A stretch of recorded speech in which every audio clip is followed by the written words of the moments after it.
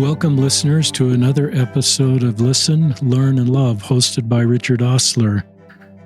Some people ask us how we got the name of this podcast, and it's really my personal journey. It's named after my journey to better understand other people, and I first needed to listen to them, and I realized that I had created a lot of opinions about people, groups of people, without ever listening to people in that group. And over time, I've learned that listening to multiple people and groups of people that I don't normally interact with has helped me to lift their burdens versus add to their burdens with their uninformed opinions. And that's part of learning. And it's my guests that have really helped me. And then you're better able to love, which is part of the doctrine of Christ, the doctrine of our church. So on our podcast today, we have a brave young man that's willing to share his story as a gay Latter-day Saint, my friend Jaxon George. Welcome to the podcast, Jaxon. Thanks for having me.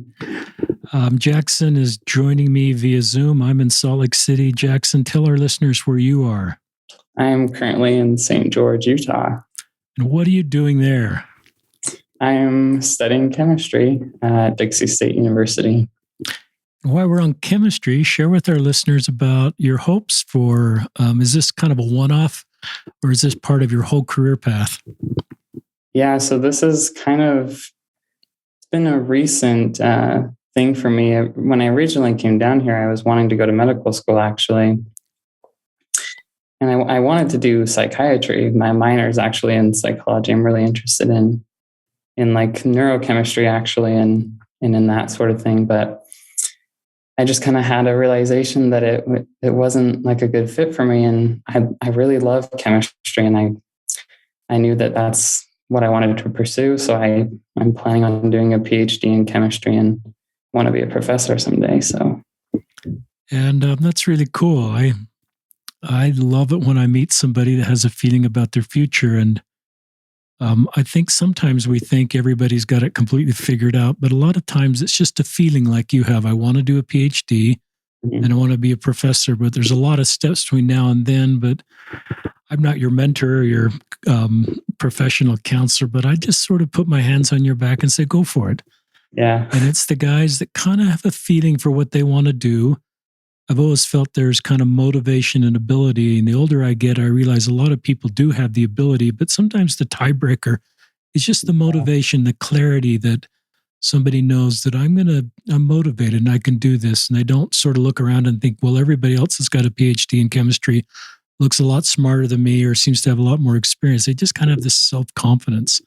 Yeah, definitely. And I mean, I'm a tutor at the school here, and that's like my favorite thing is, helping people see that if this is something they want to do, they can, helping people understand that, they can learn these things if they really want to, It's great. It's cool you're a tutor. That's great. Yeah.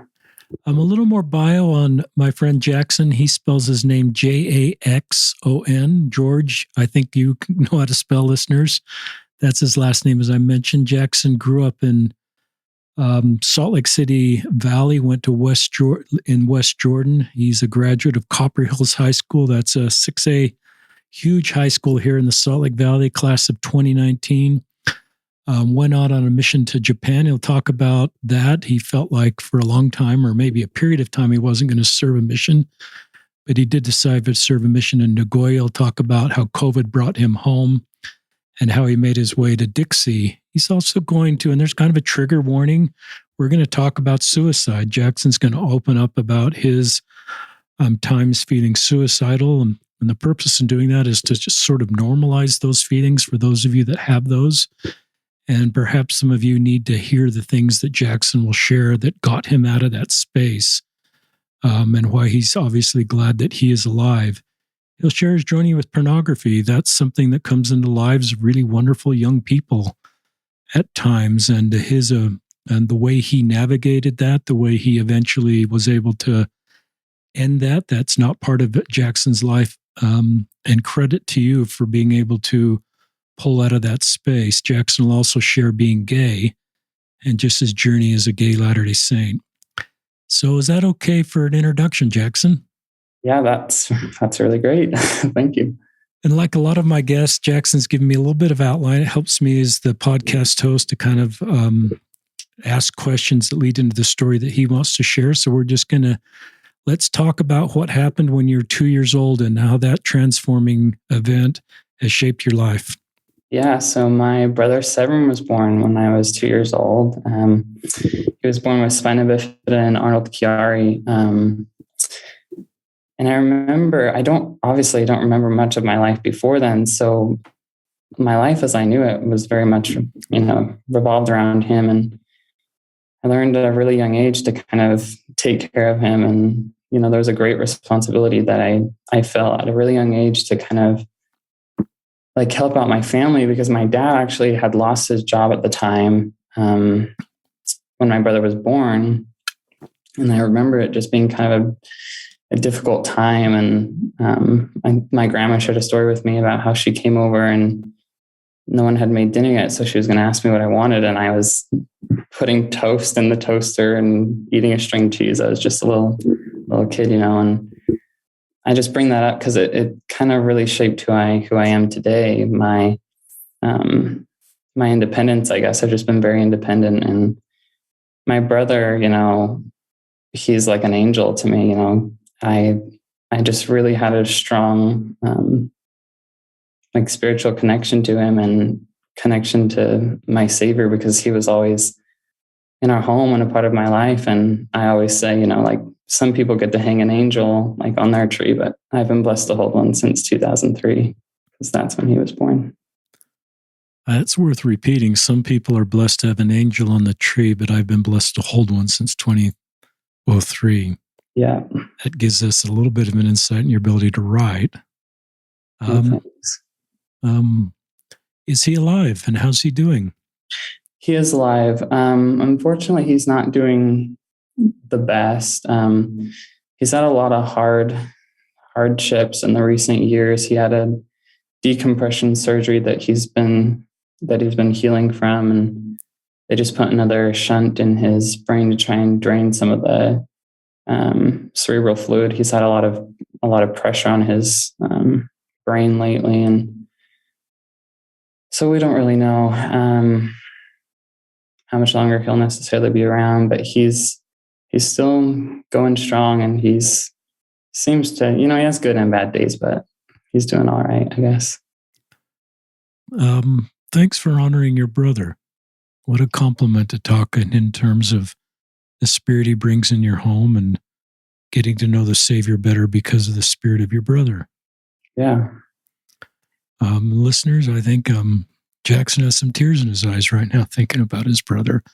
Wish you could see the Zoom camera. I can just tell you love you have for him, and I have to think he has that same love for you, even though he can't fully express that perhaps, and perhaps the bond you've had in the pre-earth life and will continue to have. Talk about Lincoln Logs. Lincoln Logs, yeah. So my favorite thing to play with when I was a kid was Lincoln Logs, and it's kind of become a really symbolic thing for me. It's funny. I remember being a kid, and I loved Lincoln Logs because my dad would show me how to play with them.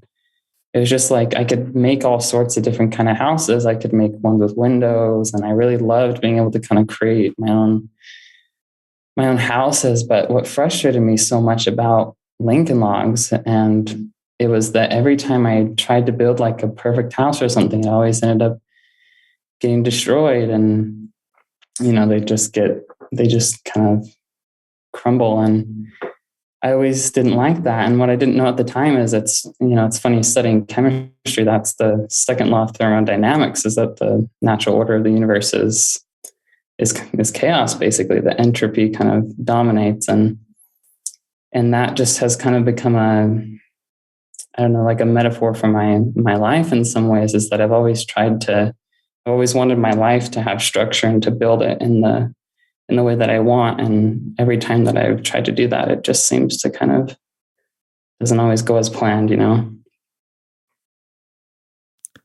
I like the idea of Lincoln Logs and just some of the chemistry things you're talking about. And as I've gotten older, that's certainly been the reality of of my life is just there's a lot of things that happen that are outside of my control.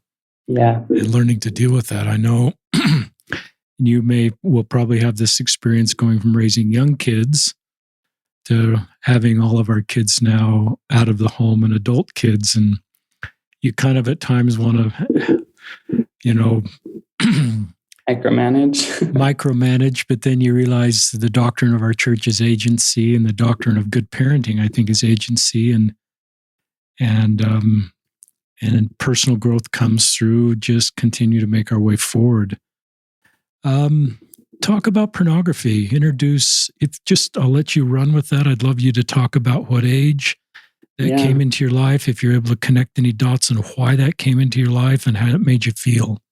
Yeah, it's a good question. So I started watching pornography when I feel like a pretty young age. I think I was 12, 12 going on 13 probably.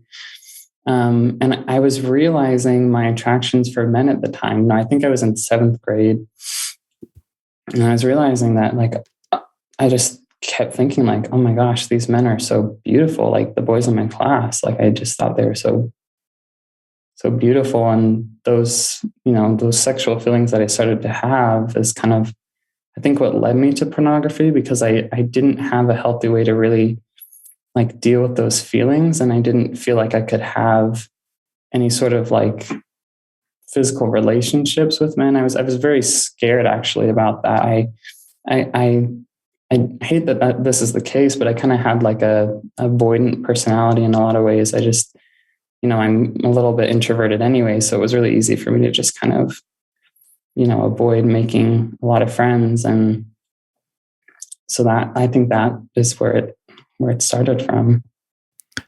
I think you do a good job of connecting some of the dots there. And I don't know, pornography use comes into the lives of straight men and straight and gay men and straight women and gay women. And so, but you do make an interesting kind of linking some dots in your own story that you wonder if it came into your life. You didn't quite say it this way, but help me if I misspeak. Maybe it was more of an outlet because you didn't have a sort of a traditional way to deal with, normal feelings that were coming into you. But most guys your age, it's towards girls. You're becoming aware of your sexual orientation towards men, and there's no real way to process that. So you kind of inferred maybe this was a way that you processed it that might not have happened to you if you were straight.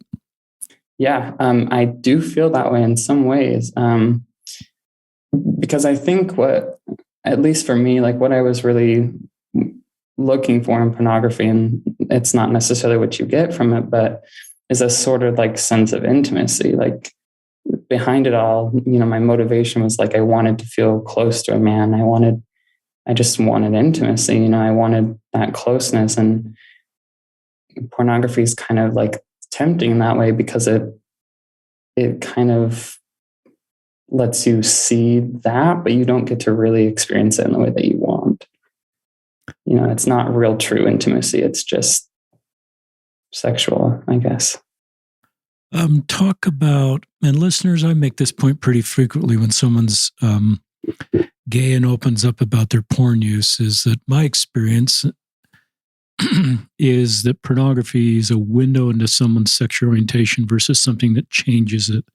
And so sometimes I think, and I've done this in the past, I've listened to someone who's gay and I've assumed something, if I could just figure out what happened in their past, I could sort of undo this. Mm-hmm. And we've done that. You're smiling. We've done that a lot in LDS culture over the years. And I think we're recognizing, and I've certainly heard this in multiple stories, that people come wired this way. And so pornography, we're all agreeing on this podcast, pornography use is a sin, and is something that's, and Jackson's going to talk about how he got out of that. But sort of link that with the sexual orientation, I think they're really two different things.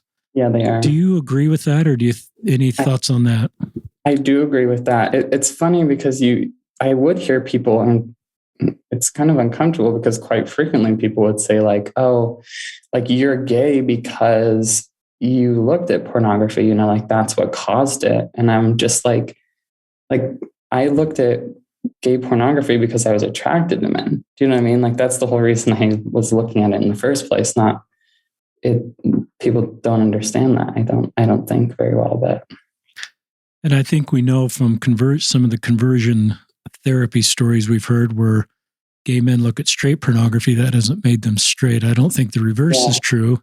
Yeah. And so I think it's just part of, when we learn better, we do better, and we're able to help people. But talk about how this led you into, I don't know if directly pornography or directly your sexual orientation, but kind of a combination of things led you to be really severely depressed and suicidal. Yeah. So I would say it's kind of funny looking back, like looking at my younger self, because when I was in like 8th grade, I had this idea that like all men were gay, like that they secretly liked men, but that they that they were just like dating women because that's like what they were supposed to do. And I started to realize that wasn't true, especially, with pornography use and how men would start to talk about girls. And I was like, oh, I was realizing, maybe I think I'm actually gay. I think not everyone's like this, And that realization started to make me pretty depressed because I didn't, feel like that was acceptable. Like gay people weren't talked about with respect in the social circles that I was in. And, it just was viewed as a very terrible thing. And so I was like, I refused to believe almost that like that was me, like I didn't want to be gay because that was seen as like such an evil thing almost. And so I really just started to hate myself, and I didn't have any self-respect or self-love at all. And there was a lot of shame that just accompanied that. And it was just really dark times, I guess. And as I started to enter like high school, I'd say that's when they became pretty prevalent, because I was hiding this part of me, and it was just so destructive. I often will say that like I felt like I was someone outside looking in. Like I was kind of creating this version of myself that wasn't really me, and I didn't like know who I was anymore, And to kind of, I think a lot of the like rhetoric that people had when I was in high school wasn't positive either. Like kids would always say like, "Oh, that's so gay," and they'd use gay as like a synonym for like stupid or things that are like dumb. And I remember just thinking like, "Oh, I'm gay, so that means I must be stupid. Like I'm dumb," And that was ironically kind of a motivating factor for me. I became really invested in my academics. I think in large part because of that. I was almost like on a mission to prove like, no, like gay people aren't stupid, And I was like determined. I was like, I'm gonna get my degree. I'm gonna get my associate's degree out of high school. And I started studying really hard, and I joined the swim team as well. And I kind of used that to, I guess, as a shield to shield my identity. I created this version of myself where if anyone was wondering like why I wasn't dating, I could just say, "Oh, I'm so busy with school, I'm swimming," all these things. And so yeah, that's what I did. And it's interesting because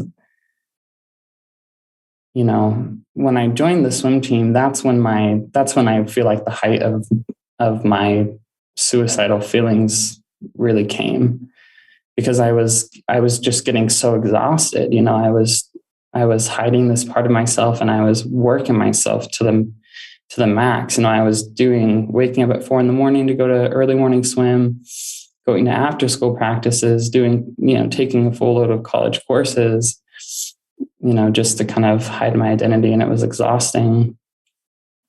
And I just remember feeling like worthless. And I just kind of started thinking like, well,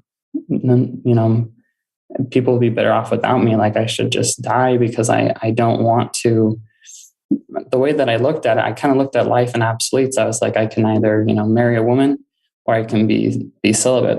That seemed like my options, and both seemed like they weren't anything I wanted to do. And so I just thought about drowning myself all the time when I was a swimmer. We would do like breath exercises, and they'd encourage us, like, hold your breath like as long as you can, because you're trying to increase your breath control. And there were moments when I was like, should I just hold my breath for as long as I can and not come up for air? Because it was getting really hard to breathe in general anyway. This is a pretty tender segment, Jaxon. Yeah. There's a lot of listeners that would just love to give you a big hug right now for your courage to be so vulnerable and for being alive. Yeah. Keep just sharing your story. Sorry, what were you saying? Keep sharing your story. Oh, yeah. I was just going to say, it's not something I've actually shared with anyone until now. I haven't shared it with people just because I don't know, there was a lot of shame that I've kind of felt about that, and I had a few like tender mercies, I would say, because I remember there was a time when I really was like seriously considering suicide, and we were doing these breath exercises, like I was saying, and I was kind of swimming, and I was going through the water, and I was like, I'm just going to like not come up for air. And one of the kids on the team, he must not have been looking, because he dived in as I was coming to the wall, and he dived into me and actually like busted my goggles. And I out of shock, kind of got up out of the water, and my eye was bleeding. Blood was coming out of my eye. It was a little scary of an experience. I went to the eye doctor, and miraculously everything was fine. But looking back, it was just really a tender mercy, because I don't know what would have happened. And I definitely think the Lord was watching over me. And then actually soon after that, I had a cousin commit suicide. And that just kind of showed me like the ramifications that it has on everyone else. Like suicide doesn't just affect the person whose life is taken, the victim. It affects everyone else. And I saw that, I didn't really want my life to end. I just wanted my life as I knew it to be different, When Jaxon shares this, listeners, I think of prior podcasts we've done, and one of our guests introduced the Thomas Joyner model of suicide risk, and it's basically 3 circles. And as Jackson's been sharing his story, he's kind of shared all 3 circles. One is this feeling of not belonging. Yeah. And you didn't fit in, you didn't feel like you belonged. And the second one is a feeling of perceived burdenness, which is sort of this, it's real for you, but it's an incorrect conclusion that the world would be better off without me, or I'm messing up my eternal family if I'm gay, and everybody would be better off without me. This is, I'm a burden to people, whether that's directly tied to your sexual orientation or just everything. And the third thing is just an acquired ability for risk. And as you're sort of going through I don't want to use, you have a plan, mm-hmm. and you're kind of testing the waters, literally being in the water of this plan is part of you kind of tolerate this. And I think part of that third circle is also an acquired ability for risk. And maybe I'm not quite clear on that third circle, but it's sort of these sort of things. And that helps me as a layperson, plus hearing your story, understand why someone would get where you are. Talk more about, this is you talking to your younger self and other people that are where you were. Yeah. One thing you mentioned is you witnessed somebody dying by suicide, a cousin, that kind of helped you see the bigger picture here. And perhaps that burdenness, you realize that it would be more of a burden for others for me to be gone. But talk to your younger self right now. Go back to high school and talk to that Jaxon. Yeah. What do you want me to say? I want you to talk to him. I want you to, in his darkest, most hopeless moment, I want you to talk to him, if you would. Yeah.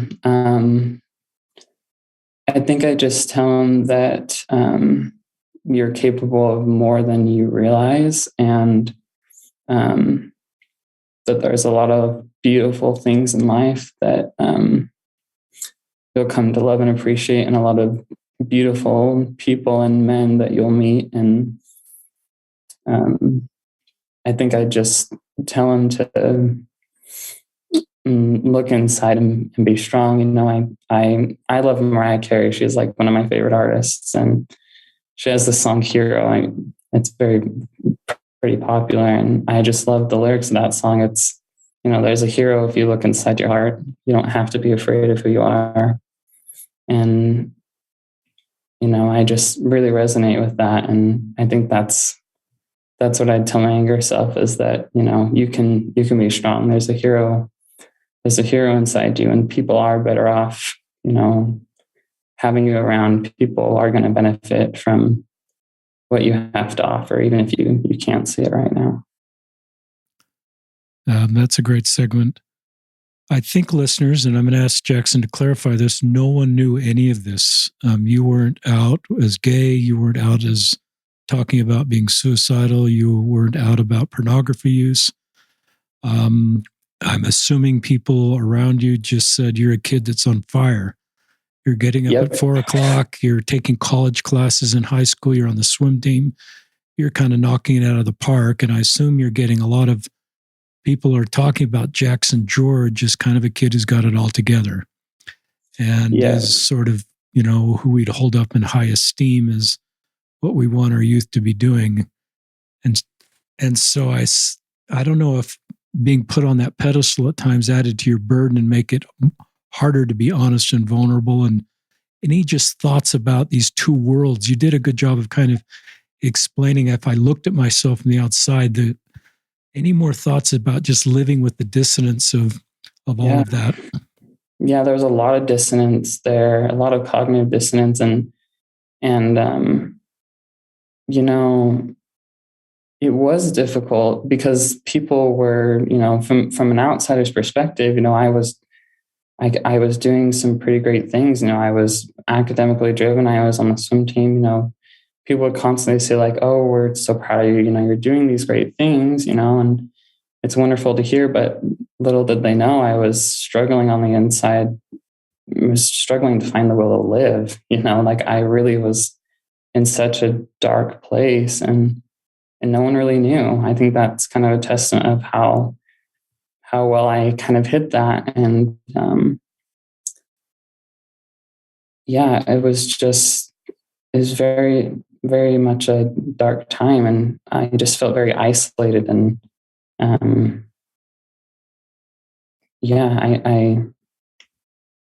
I think too, I mentioned this a little bit, I'm a little bit more introverted. And I think because of my, my upbringing with my brother Severin, I had this like great sense of like independence that I really gained. And I was always that way. And so I kind of tried to do things on my own. I've always kind of been that way. I just try to do things on my own and not ask for help. And you just can't do that when you get to a place like that. You need other people. I wish I would have, reached out and asked for help. But did you get impressions to reach out? I did, and I sort of did. I had impressions, like I needed to tell people what I was experiencing, but I was really afraid to tell my anyone in my family. And I did end up actually reaching out to my cousin Brigham, who was on a mission at the time. And I actually told him that I was gay, that I was, feeling attractions to men. I didn't tell him that I was like struggling, kind of with suicidal thoughts, because that kind of scared me. The idea of telling him my sexuality was scary enough. I wasn't going to, talk about everything in my life that was going on at the time. But he was really great and really supportive, and kind of gave me hope during that time. And, things transpired later that kind of led to me coming out towards the end of high school. And I can talk about that too. Is there anything we could do as a culture, as a church, as families to make it to create an environment where it would be easier for you to talk about feeling suicidal? It's a good question. Yeah, I think that I think the biggest thing is like it's hard to be vulnerable in church in general.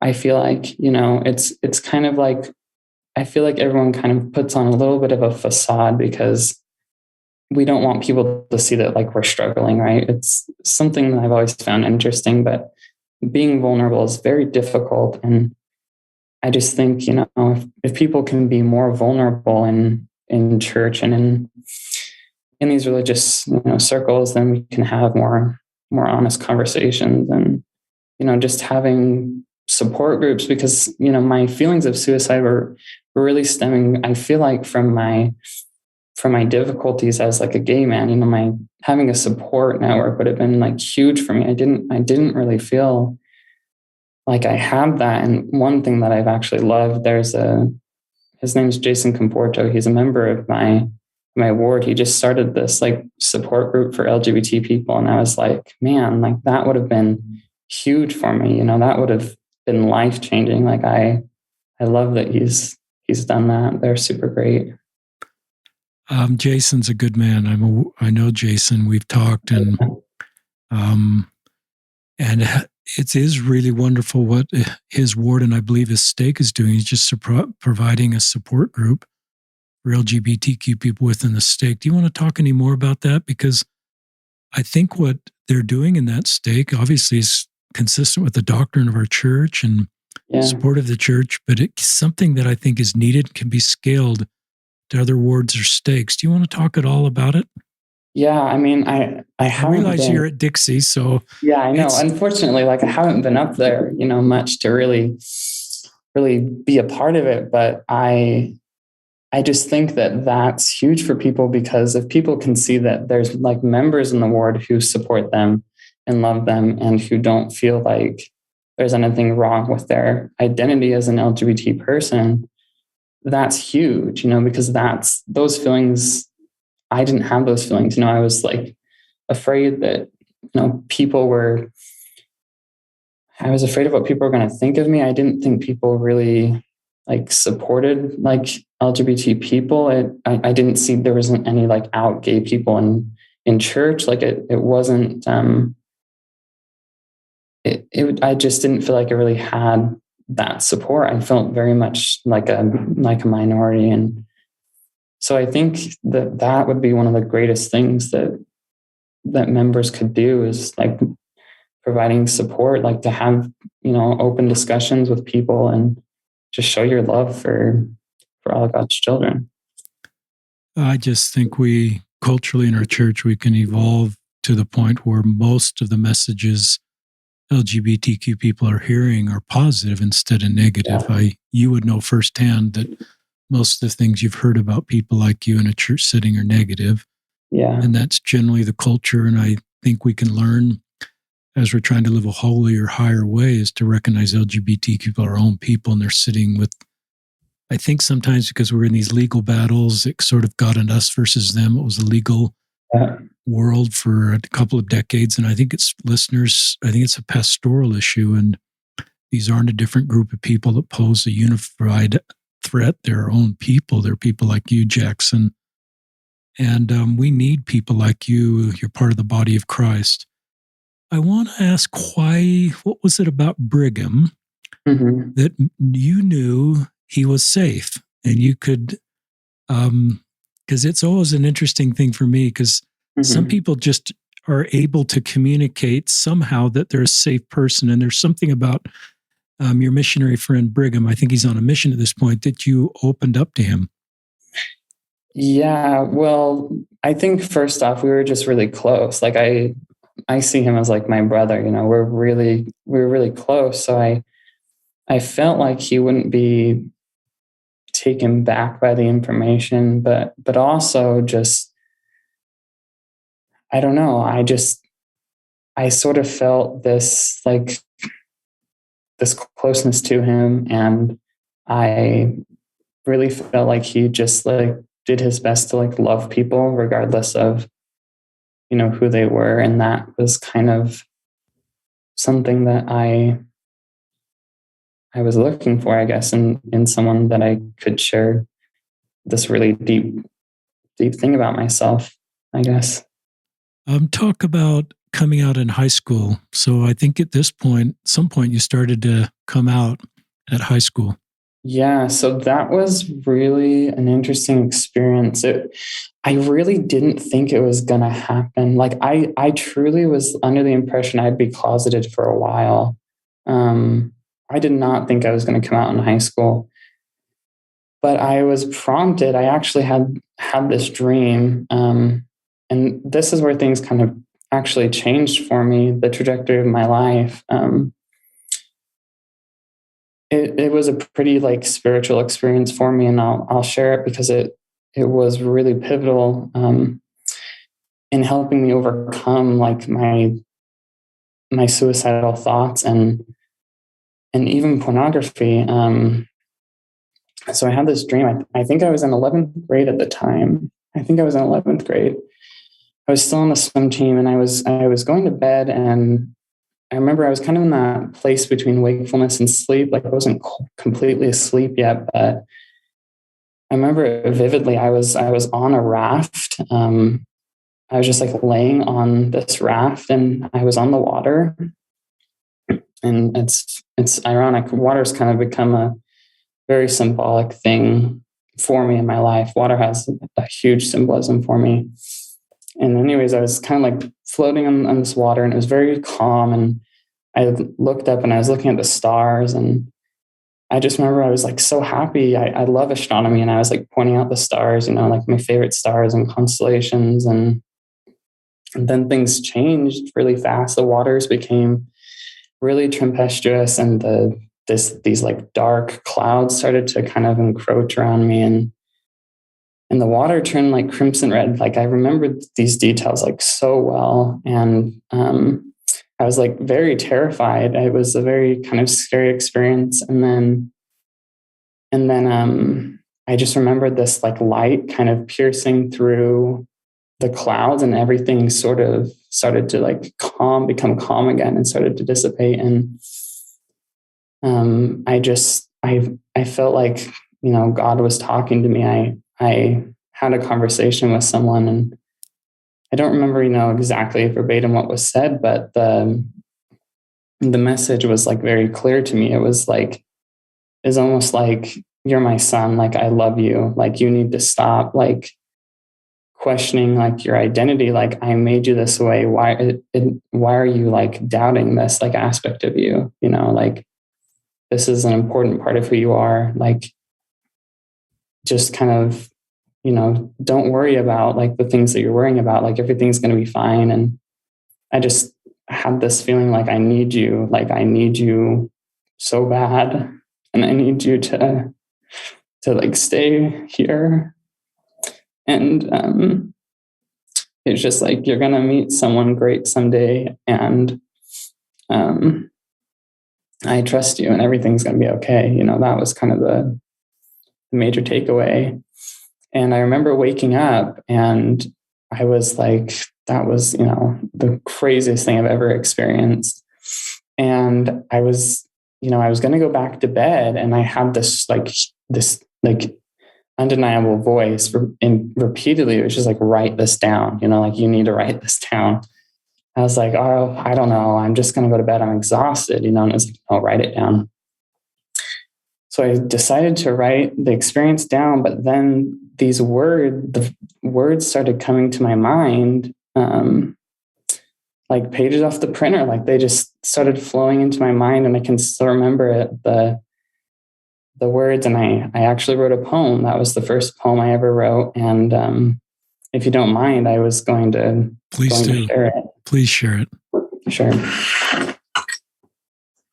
So I wrote the poem in like 5 minutes because it was almost verbatim. It just I really felt like it was revelation that I received to write this poem. And it's called A Vision of Verity. And this is it. At the edge of time lies a mystery beyond the scope of imagination, and I have sailed the seas of frustration in search of a glorious revelation. But perhaps that's why so many have failed in their endeavors, for fate is not a man who likes to be seen. Love has not been kind to me. Truthfully, I've endured such terrible weather. Pressure and displeasure are abounding in measure. And the cold of this winter storm fails to penetrate because it's so much colder inside of me. And in the chasm of that barren feeling, I felt something seemingly just the same, that I was fading languidly into the darkest night of disparity. Now there's just a remnant of someone I used to be. I am not altogether well, as you can see, and as I sank into the waters of that God-forsaken hell, I couldn't help but consider that this was my dismal destiny, for it was vividly emblazoned on my heart with all the colors of pastel. But as I drifted into the gentle night, I was shown a most magnificent sight. I was estranged from love, but I held on tight and beheld above me the most marvelous light. An unvarnished truth was unveiled to me in solemn search of my destiny, and I realized the vision of verity. Perhaps it's whoever I choose to be. Wow. Yeah, and it was just a really great experience that really changed my life. I remember finishing that poem and just feeling like, oh my gosh, like, did I just write this? Like, I can't believe this, I was like, where did this come from? And it was a really cathartic experience for me. It brought me like so much peace and so much healing. And it was really after this experience that I had a huge kind of like change of heart and focus. Really, the focus of my life changed completely. And it's funny because I actually didn't want to serve a mission before this time. I was kind of like determined that I wasn't really going to go. I wanted to study, chemistry, and I didn't want to go. And it was kind of this experience that kind of prompted me to actually consider that. And then, eventually I ended up serving. So, yeah. I love the personal revelation that you received and a feeling from your Heavenly Father about who you are and how He feels about you. Yeah. And I love one of your spiritual gifts sort of being uncovered, the ability to write poetry. You're a chemistry major. Yeah. I don't know. I would normally not associate what you just wrote with a chemistry major. But I realize that we all have unique, beautiful talents and spiritual gifts that often are found out at different important times of our life. And maybe that was always your plan, to find that spiritual gift and have this experience. But I love that you wrote that down. Yeah. I'm so glad I did. I would have forgot it. Talk about how pornography actually, or poetry and writing, helped you, was one of the things to help put pornography behind you. Yeah. So it was really, really pivotal, I would say, in that process, because after this experience, I really became okay, like accepting the idea that I could have a husband, and that I could like date men, and that was okay. Like, I really felt this strong sense that was okay, and that should be the focus of my life. And so what I started to realize was that I was like, the kind of man that I would want to be married to, I wouldn't want them to like struggle with pornography. I think that would affect my marriage. And so I was like, how can I, as someone who would want, that kind of a quality in someone, be addicted to pornography? And it was kind of like motivation to be like, I don't want this. I don't want this in my life anymore. I don't want this for my future. I felt like it would negatively affect my future family and my marriage if I were to have one. And so I think that first off was really important for me to realize that it wasn't something I wanted. And then secondly, I realized that what I was really wanting was like intimacy and connection with men.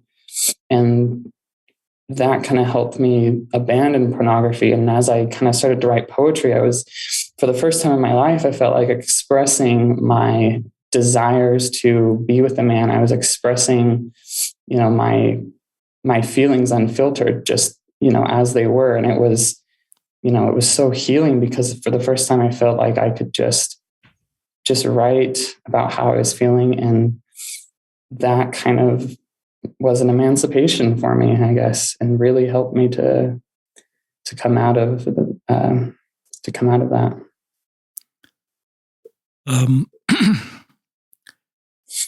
One of the things that, and listeners, I mentioned this at times, I was a singles board bishop, and in that assignment, obviously, you're working with men and women to help them overcome pornography. And I noticed that often the YSAs would do better when they had connection. And it wasn't necessarily, I don't want to imply being sexually active, but just emotional connection to people. Yeah. And it often sort of, they actually weren't addicted. They had a challenge with pornography. And I want to use words that aren't shaming words whenever I talk about pornography. And so often they would find sort of authentic connection as they were dating. Yeah. And it sort of lifted for them because it was what they were kind of looking for. And it seems like that's part of your story here too. Yeah. Yeah, it was because and dating's been something that's been a little bit more recent for me. I started dating, after my mission, but dating has also really helped me because I've been realizing that, making meaningful connections with men is really what I wanted.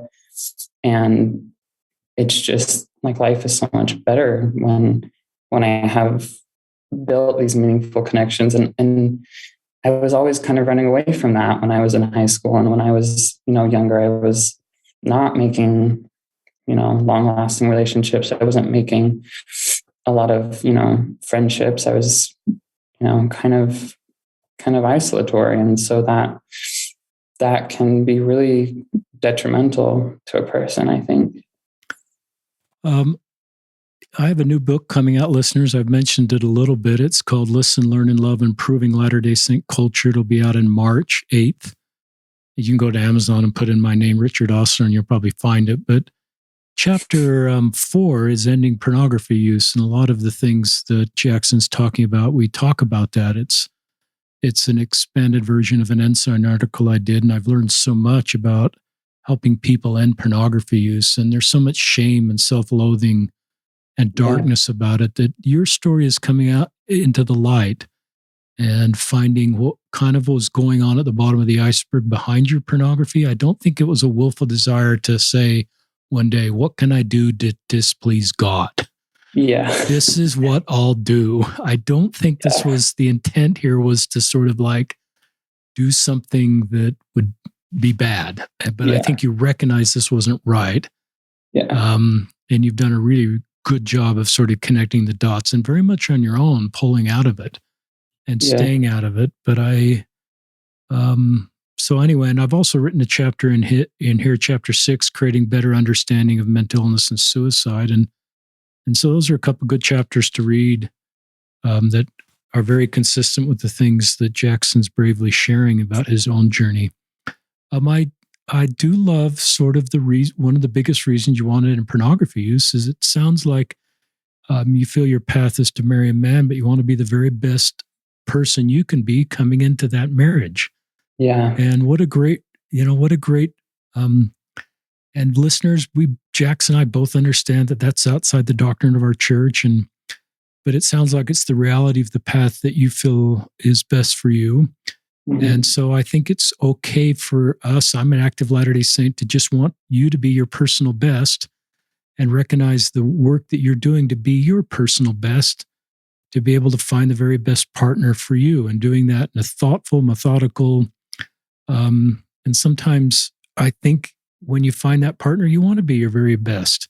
Yeah. And be it sort of, you don't have to be perfect, but I think you're doing a good job. And so I love some of the reasons you've been able to put pornography behind you and the why behind it. And I also think one last thought is I really think we're too quick to put the addiction label on it because I'm not sure you're ever addicted. I think you had, ongoing pornography use, but you put it behind you. Yeah. And I think you were able to sort of figure out what was going on and be able to put it behind you. So the addiction label, I worry, listeners, becomes a self-fulfilling prophecy. If you sort of look in the mirror and say, I'm addicted, I worry that creates a self-fulfilling prophecy that isn't needed, especially for younger people. And I love this personal revelation you're receiving that God is pleased with you, Jaxon, and this part of you that you haven't felt good about being gay and have heard negative things about, that when you took that to Heavenly Father, I don't want to put words in your mouth, you got this feeling that I'm created as intended and he loves me and he's not embarrassed about me. And to me, that just puts you on the same moral footing as just straight children. And it eliminates the likelihood you'll disconnect from God because you think God is ashamed of you or that you're a mistake or he thinks something went wrong. And I think that that's such an important thing I've learned from so many of my podcast guests is that when they take this to their heavenly parents and talk to Heavenly Father, they often get this same feeling that you've got in this dramatic way through this dream and through subsequent revelation. Are you okay with what I said, or do you want to add or subtract any of that? No, that's great. I would second that. And listeners, I don't think owning your identity that necessarily means you're going to leave the church. I just think it helps you to connect with God, to feel like you can get personal revelation and he loves you and he'll walk with you. And I think it puts you in a better strength spiritually for the rest of your life to be able to work closely with God. We have got you to Japan and we've got about, maybe 15 minutes left on the podcast. I want to talk a little bit about your mission. So this is kind of a surprise. It sounds like even before your mission, you think your path is probably to marry a man, but you decide to go on a mission anyway. Yeah. And there are probably other listeners out there that are pre-mission saying, I don't know my future. I'm gay. Mm-hmm. I don't know my future post-mission, but I'm willing to serve a mission. Mm-hmm. Talk about just how you navigated that for others that might be trying to navigate, that are pre-mission saying, how do I navigate this? Yeah. It was difficult. I won't lie. It was difficult because you're exactly right. I was pretty certain, at this point in my life, I was like, I want to marry a man. That feels right to me. But I also wanted to serve the Lord. I wanted to represent Jesus Christ because I have faith in him. And I think that the gospel of Jesus Christ is so beautiful. And I wanted people to have that. But it wasn't without its difficulties. Going to the temple was hard for me. It just kind of, I don't know. I was just like, I won't really have the opportunity to necessarily do this again. And I was like, I really want to show God how much I love Jesus Christ, and I want to help other people to know how much they're loved by God, because that was, I was in a position where I didn't feel like God loved me, and I just wanted other people to know that they are loved. And I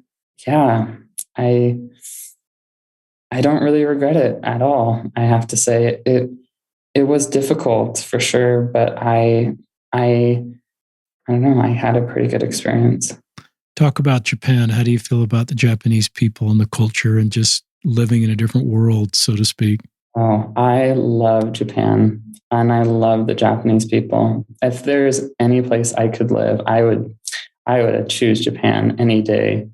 I love it there. And, the MTC was actually really hard for me. It was interesting because the MTC felt kind of like a recloseting in a way, because I had recently kind of come out. And then when I had gone on my mission, the MTC was just like a very, very different social atmosphere, and that was difficult. But once I got to Japan, I really just, finally interacting with the people and seeing them,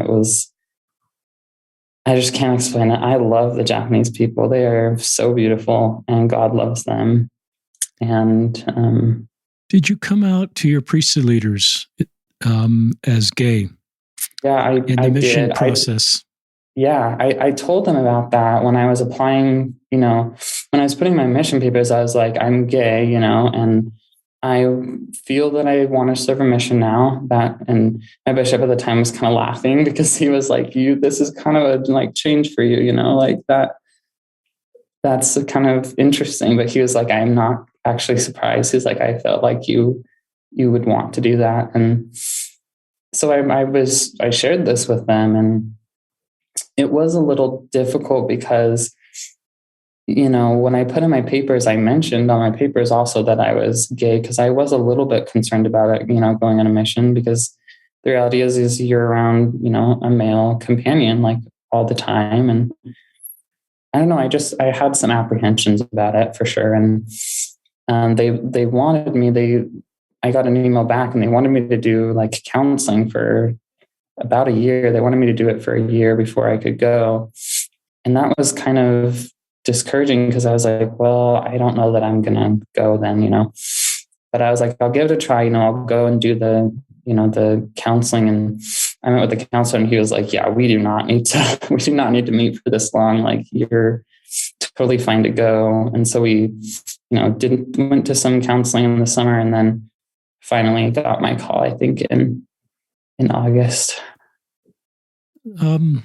Talk about the counseling. Some listeners, some young men, young women in high school that are gay or lesbian may be wondering, do you get the feeling that was required because you were gay, or was it because of your mental health, or a combination of both? Mm-hmm. And was the counseling to make you straight? I assume our listeners will know, hopefully it wasn't. Yeah. No one was trying to make you straight through this counseling. They were just talk more about the type of counseling. Yeah, for sure. Yeah, I should clarify that because it wasn't like that. It wasn't like where you need to try and be straight. In fact, there was a lot of conversation about, like, my counselor was like, there's a lot of gay men who go on missions thinking they'll come back and they'll be straight. And I like almost laughed. I was like, is this like really people think that? That's like so sad. And he was like, yeah, like a lot of people have this idea, that like going on a mission will be kind of like this like cleansing experience. And I wasn't under that impression, luckily. And so the focus of the counseling was really just to like help me be prepared. Some of the things I felt were kind of unnecessary, but at the same time, maybe some people would have benefited from having them. They had me create kind of like a plan, like if you feel like you're attracted to your companion, what will you do? And so people might have benefited from that. And I can't say that it was a negative experience. It was actually very, very positive. So, and we've made a lot of progress as a church to the type of counseling you got. Yeah. Even I love what that counselor said about, some do go on a mission to be hope they'll come back straight. But I recognize where you are and where people probably weren't 10 or 20 years ago, where they did go on missions and think they'd come back straight. We've had a lot of those guests on the podcast, and they really hit their brick wall post-mission when they recognize this is still a part of them, and they get in sometimes the darkest spots post-mission. And you kind of, in some ways, went through that pre-mission and had this real sure understanding of who you are, and that's kind of who you're going to be. And so I think that's good. I look at the maturity of you and perhaps other youth your age that are sort of coming to terms with this earlier in a more healthy, mature, spiritual way, and don't have to go through a decade or two of wrestling with this that can create just a lot of internal sort of turmoil. And so you've done a good job, and you've had sounds like a bishop that's pretty good, supportive, and did you come out on your mission to anybody? Some of my guests don't. Some do, and there's no requirement. Do you want to talk at all if you can't? And I realize COVID sent your mission ended your mission after 8 or 9 months, I think. But talk about that. Yeah. So we interesting. I didn't really realize this, but I didn't really come out to any of my companions. Like I said, I kind of actually felt in some ways the mission was kind of a recloseting. Like I didn't feel comfortable like saying that I was gay. And maybe that was kind of because of the newness. Like I had just kind of recently come out before my mission. So I didn't really mention that. And my mission was a little short lived. It was actually only like 4 months. 4 months. Total, I think. But yeah, I didn't share that with anyone. So, I'm sort of getting the impression that a lot of pre-missionaries may be listening to this podcast that are kind of walking your road, but just a few years behind you.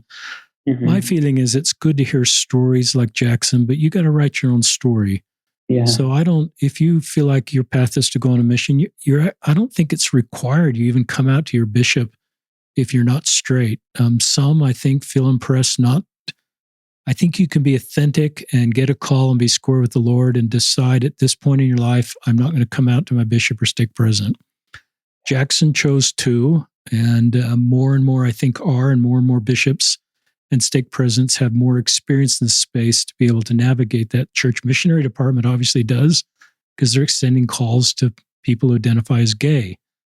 And but then when you're on your mission, and maybe if you had been able to serve 2 years without COVID hitting you, you would have come out, but maybe not. And I think you can be authentic. So if you're having anxiety right now before your mission, do I need to come out to my mission president, my companions? I would try to tamper that anxiety and just say, you'll know in the moment what the right thing to do is. And you can be an authentic missionary and never come out. Yeah. And you just may not feel it's the right thing to do. So don't think even though you feel your path is to be in the closet, don't be hard on yourself because you're, not owning this. Because I think you can own it and still not be out.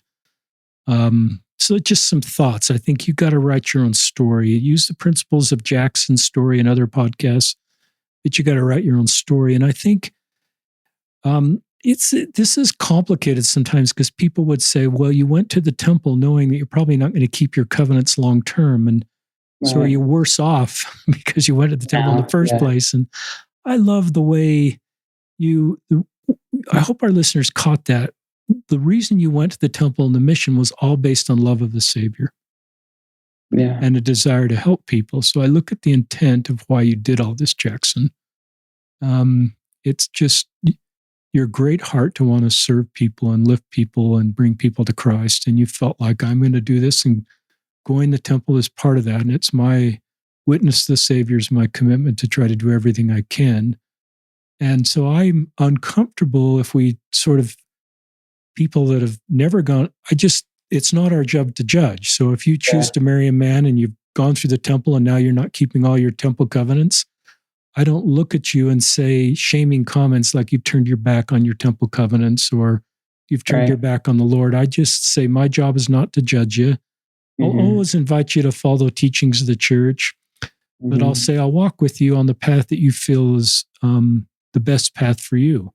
Yeah. And I'll invite you to keep all the temple covenants you feel like you can keep. I think there's 5. And, if you're in a same-sex marriage, you can't keep that one. But you might be able to keep the other ones. And so I try to invite people to live a nuanced view versus all in or all out. Yeah. So that's just some thoughts for listeners as you're trying to navigate this or help other people navigate this. But I recognize if I make really shaming comments to you, like you're the hero one day because you're celibate in the church, and I don't want to make you the villain the next day if you're in a same-sex marriage. You're just the same child of heavenly parents trying to do the best you can. And I think David Archuleta in his video sort of articulated that really well, the heart-wrenching feeling where he doesn't want to feel like he's one person one day and another person the next day. And just recognize the complexities of your path. Are you okay with what I said, or do you want to clarify or take away from any of that?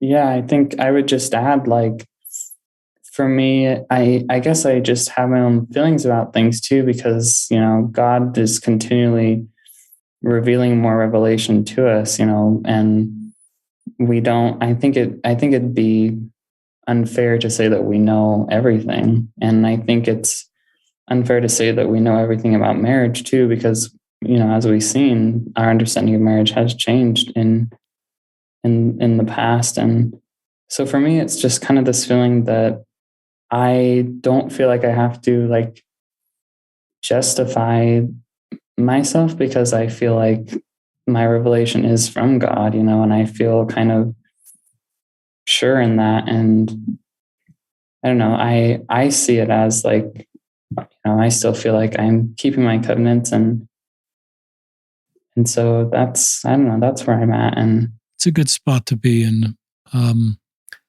My personal revelation doesn't give me the right or the ability to judge your personal revelation, Jaxon. right. And I just honor personal revelation. And I like the way you say, I feel like I am keeping my covenants. And so it's not my job to sort of dissect which, even though I did earlier in this episode, that segment, it's probably not my job to dissect what covenants you are or aren't keeping. Yeah. That's part of the doctrine of love thy neighbor as thyself. And so I think you're pretty mature. You're 20. I think I mentioned that, listeners. Perhaps I didn't. You're 20 and you're in a pretty good spot. And listeners, I recognize that the Jacksons of my age, when I was 60, really so many of them went to the big cities and lived the club life and multiple partners. And that was really the only path. That's not completely true, because some found a monogamous relationship, even no marriage. But most of those guys aren't with us anymore, because that's a pretty hard road. Yeah. And I look at that as an improvement in our world, is that you have a path that's healthier than the path that some of my high school friends had. And you have more support in our society for you. Talk about, I want in this last segment, just come back to Lincoln Logs. And talk about that. Yeah. So Lincoln Logs, I guess they have become a symbol for my life, I guess. As I mentioned, I loved Lincoln Logs because, I love the idea of being able to like structure my life the way I wanted it. And, maybe I'm kind of like a control freak in that way, and that I like to have a structure, and that's just not always the case. And,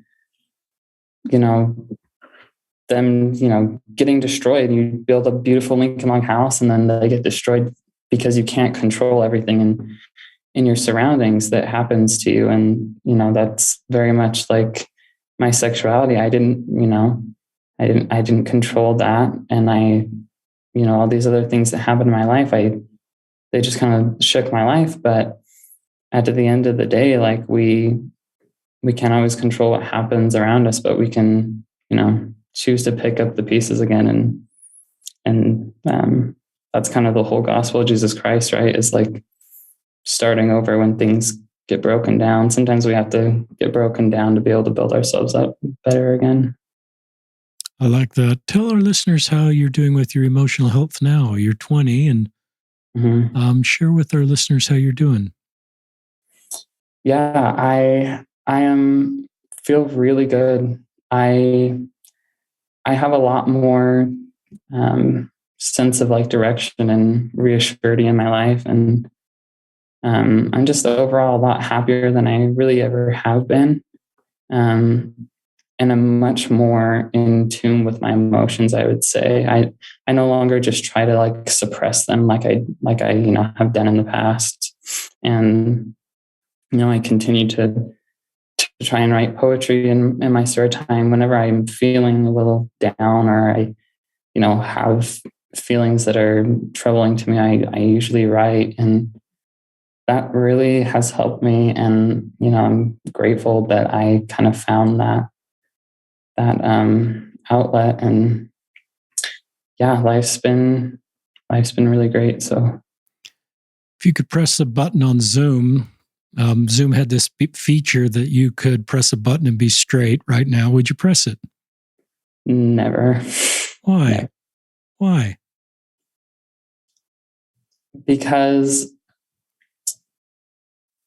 Well, it's a little complicated, but for me, I can't imagine my life being straight. Like my sexuality, like people will try to say that, it's not an important part of your identity. I've had people actually say that to me before, but I could not disagree more. It's a very important part of who I am. And it influences so much of my life. I feel like even how I learn and the way that I understand like chemistry even is, I find myself being like really kind of surprised at how I'm like able to learn things because of my experiences as being a gay man. Like I see the atoms as like people because they're all like very, very distinct and they have their own like character. And,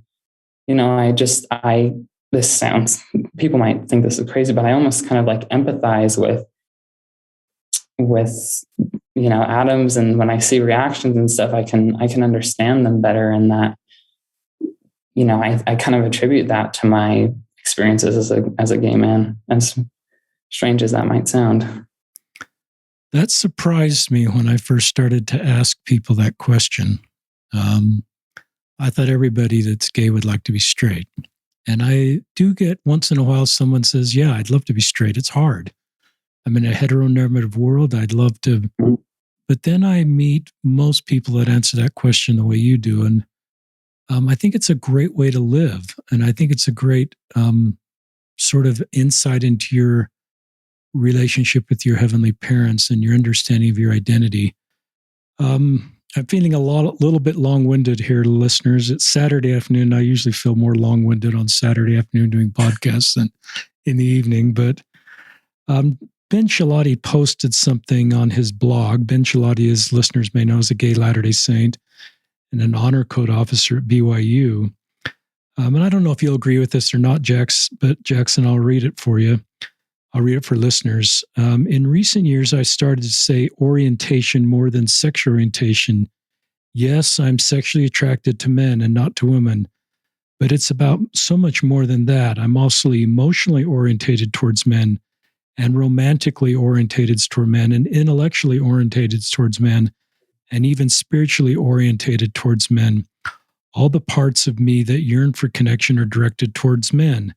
And I don't feel that same way towards women. And I think I'd make a great husband. But man, would that be hard if I weren't physically, emotionally, romantically, or intellectually or spiritually attracted to my wife. Hard for me, but perhaps even harder for her if she were physically, emotionally, romantically, intellectually, and spiritually attracted to me and knew those feelings were not reciprocated. So I think one of the things that some of you guys have helped, and I say guys meaning men and women, have helped me understand when we say sexual orientation, a lot of people just go to sex. Yeah. And they think this is about sex. And Ben in that post and kind of your podcast has helped me to understand a marriage and a partner and David Archuleta's video kind of helped me understand that. Yeah. It's more than about sex. It's about a broad connection. I think about, my relationship with my wife and all these things that are part of a healthy relationship, are the things that Ben described. And it just helped me understand a little bit better. So I don't know if you like that or not, or want to add or subtract from that. Yeah, I love it. I would agree with that. I loved how he said even intellectually attracted to men. Like it's a very much a multifaceted thing. We're very complicated people. And, when you say sexual attraction, people do kind of just think about sex, but it's more than that. Like my desire to be married is not just for sex, that's just not it. It's also like romantic attraction and just love for men. Like I think men are beautiful, and I love that. I love what he had to say. If you marry a man, how do you hope Latter-day Saints will treat you? Well, I hope they'll just treat me like everyone else. I mean, I would actually love to be comfortable, going to church and with my partner. I think that, that would be great if possible. I'm not sure what that'll look like. And I'm, don't really worry too much about it, but yeah, I just hope that people, will treat me the same. I had the sister, one of my friends growing up in high school, reached out to me, and she was like, I just want you to like tell me what your experience has been like being gay, and like I want to know more, because like I don't understand it. And I just thought that was the coolest thing. And I was talking to her, and she's like, well, I would love, if if you were married someday and like you had a husband, to like come to church with me. Like, I feel like we need like more diversity in our congregations. Like, you obviously still belong with us, we're all children of God. And so I think that's how it should be. I love that you want to continue to stay participating in the church. And I like some of the language uses. I don't know exactly how that will work out. And I think others that might be in your shoes have a lot of anxiety about the future and how that would work out. And I'd invite people to try, this is a general principle, to try not to worry about things that are in the future that you can't control. Because that just, anxiety is more about the future. Stress is more about today. There's a lot of that in our lives right now. So even though I asked you that really, and you gave a great answer, some that may create a lot of anxiety about them. And I think you'll just know how to navigate that, listeners, at the right time, in the right moment. And I hope that everybody feels welcome in a Latter-day Saint congregation, that there should be no belief or behavior hurdle the gates wide. And if you and your husband come to church, I hope you feel welcome there and that you can worship with us. And that's hard right now for a lot of couples in same-sex marriages, or to come to church. And I think we can improve our culture to love people. I don't think loving people makes them more. I think it just helps them to stay connected to Latter-day Saints, to their families, and to our heavenly parents. You talked about ongoing revelation, and that is our doctrine, listeners. That's part of our Articles of Faith. It's part of President Nelson's talk. And ongoing revelation, this space can be difficult because some people would believe that our doctrine will change, and there'll be a place for someone like Jaxon and his husband in the church. And some people feel it won't. And I sort of don't take a stand on that because it's hard. I would invite listeners to not make decisions based on hope our doctrine will change, because it may never change. But exactly. I think to make decisions based on what is your best path forward and what you feel is right for you, and the personal revelation you're receiving from Heavenly Father for you, to me is a better approach than sort of making decisions thinking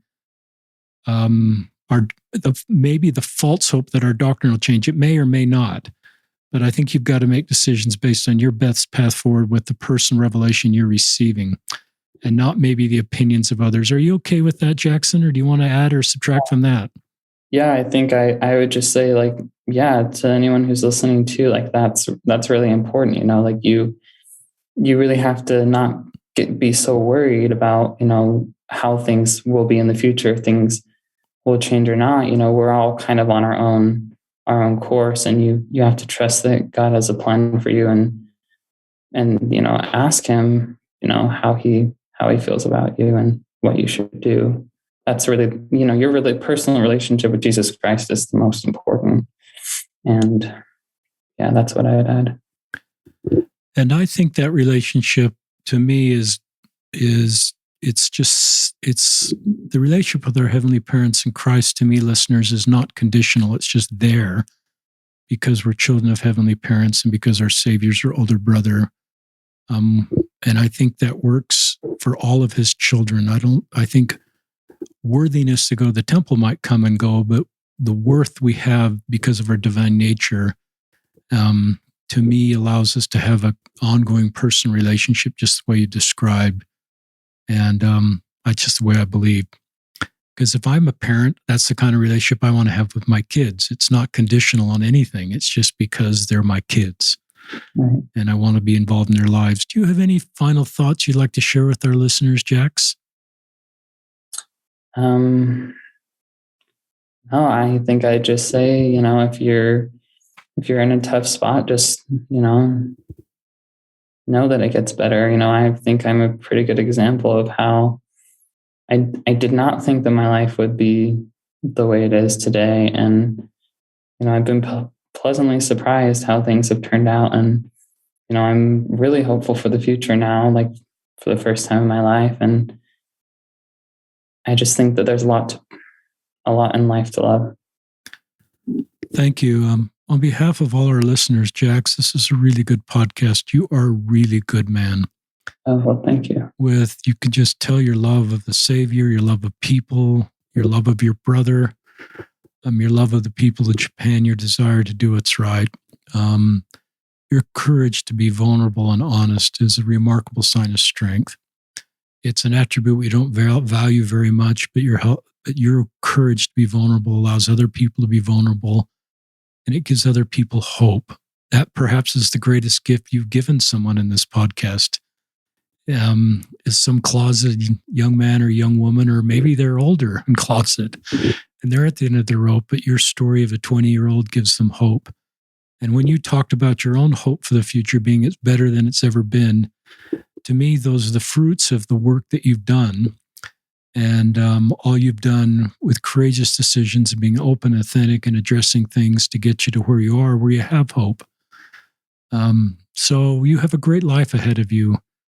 You are 20. A lot of my guests kind of get to this point 10 years after you, or 20 or 30 years after you. And I'm not being critical of those. I just recognize, I think, an improvement in our society and our church culture that people that aren't straight are able to sort of accept this part about them, get rid of the internalized homophobia or transphobia earlier, and then so that then they can come out and be accepted and loved by their peers and by heavenly parents, that, oh, that love is always there. And then the shame is out of the equation, which is one of Satan's greatest tools to separate us from God and from family and friends and the church, and feel like there's a path for me forward. So you're in a really good spot, and you give hope to other people that they can get in that same spot. And listeners, we just honor a range of stories here. We're not trying to create one correlated story of one path. We share multiple stories here so that we can all just do better as we hear. If you're straight and wanting to better serve and be a better ally,